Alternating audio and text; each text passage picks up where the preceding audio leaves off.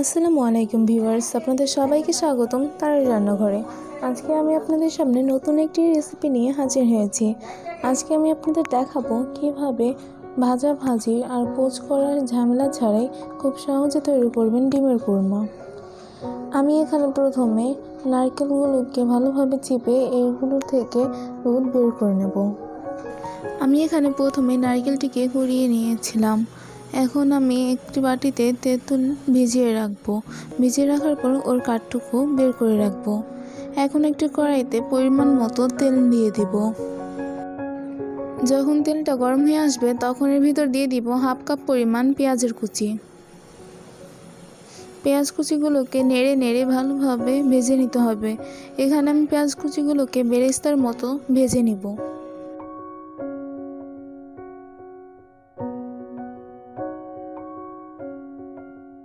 আমার এখানে পেঁয়াজ কুচিগুলো ভাজা হয়ে গিয়েছে। এখন আমি এর ভিতর দিয়ে দিব অল্প পরিমাণ আদা বাটা। এখানে আমি 1 চা চামচের হাফ চা চামচ আদা বাটা নিয়েছি, হাফ চা চামচ রসুন বাটা আর হাফ চা চামচ জিরা বাটা দিয়ে দিচ্ছি। এখন এগুলোর ভিতর দিয়ে দিব 1 চামচ পরিমাণ ধনিয়া বাটা। এই সবগুলো দিয়ে দেওয়ার পর এগুলোকে ভালোভাবে নেড়ে কষিয়ে নিতে হবে।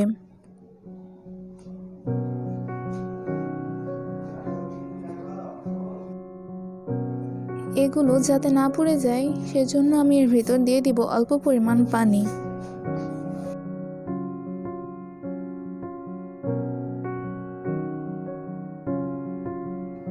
এগুলোকে ভালোভাবে নেড়ে চেড়ে কষিয়ে নিতে হবে। আমি এখন এর ভিতর দিয়ে দিব অল্প পরিমাণ হলুদের গুঁড়া। এখানে আপনারা চাইলে হলুদের গুঁড়া দিতেও পারেন অথবা নাও দিতে পারেন, এটা সম্পূর্ণই অপশনাল। আর আপনারা যদি হলুদের গুঁড়া না দেন তাহলে কিন্তু এই তরকারিটা সাদা থাকবে, আর হলুদের গুঁড়া দিলে তরকারিটা একটা আলাদাই একটা কালার চলে আসবে।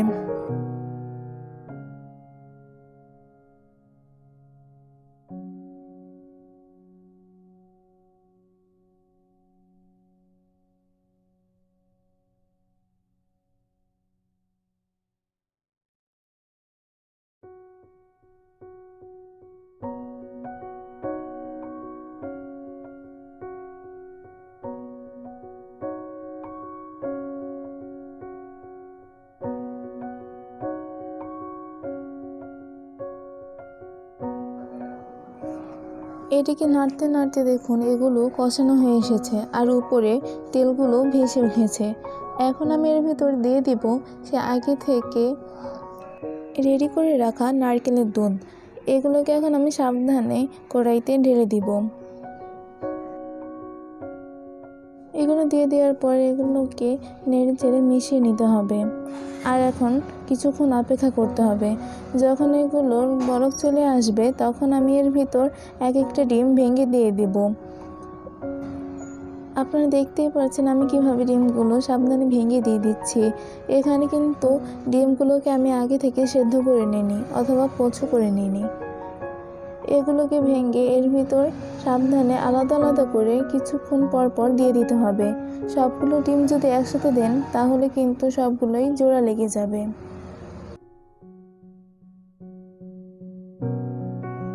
সবগুলো ডিমকে আমি সময় নিয়ে আস্তে আস্তে এক একটা ভেঙে দিব।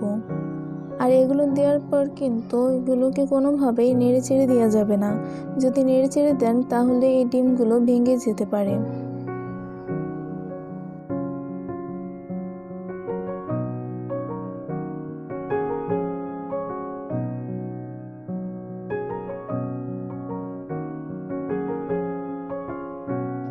আমি এখানে একে একে সবগুলো ডিম নিয়ে নিয়েছি।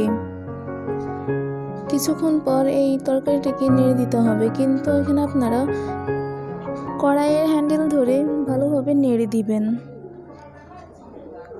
কিছুক্ষণ পর যখন বলক চলে আসবে তখন আমি এর ভিতর দিয়ে দিব পরিমাণ মতো চিনি। এখানে চাইলে আপনারা বেশি পরিমাণও চিনি দিতে পারেন অথবা কম পরিমাণও দিতে পারেন।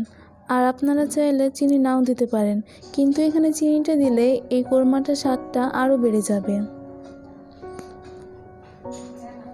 আবার কিছুক্ষণ কষানোর পর দিয়ে দেব সেই আগে থেকে আগে থেকে রেডি করে রাখা তেঁতুলের টকটা।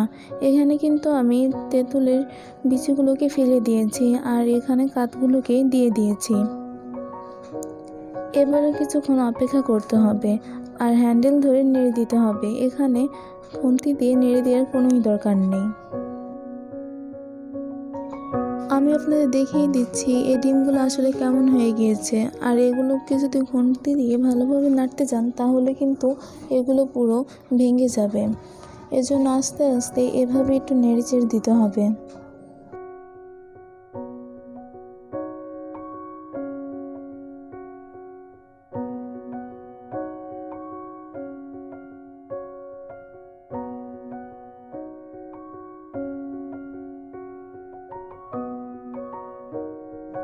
এই কোরমাটাকে অনেকক্ষণ পর্যন্ত কষাতে হবে, যতক্ষণ পর্যন্ত না এটির ঝোল কমে আসে।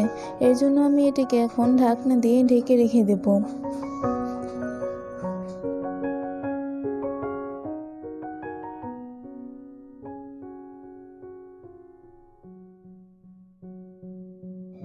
এটিকে যদি বেশিক্ষণ ঢাকনা দিয়ে ঢেকে রাখেন তাহলে কিন্তু এর স্বাদটা আরও বেড়ে যাবে। আপনারা দেখতেই পাচ্ছেন এখানে কি সুন্দর তেলটা ভেসে উঠেছে। আপনারা খুব সময় ও ধৈর্য নিয়ে এটি বাসায় রান্না করে দেখবেন। আপনারা দেখতেই পাচ্ছেন এটি দেখতে কতটা মজার হয়েছে, খেতেও কিন্তু খুব মজার হয়েছে। আপনারা অবশ্যই এটা বাসায় ট্রাই করে দেখবেন একবার। এই তো হয়ে গেল মজাদার ডিমের কোরমার রেসিপি।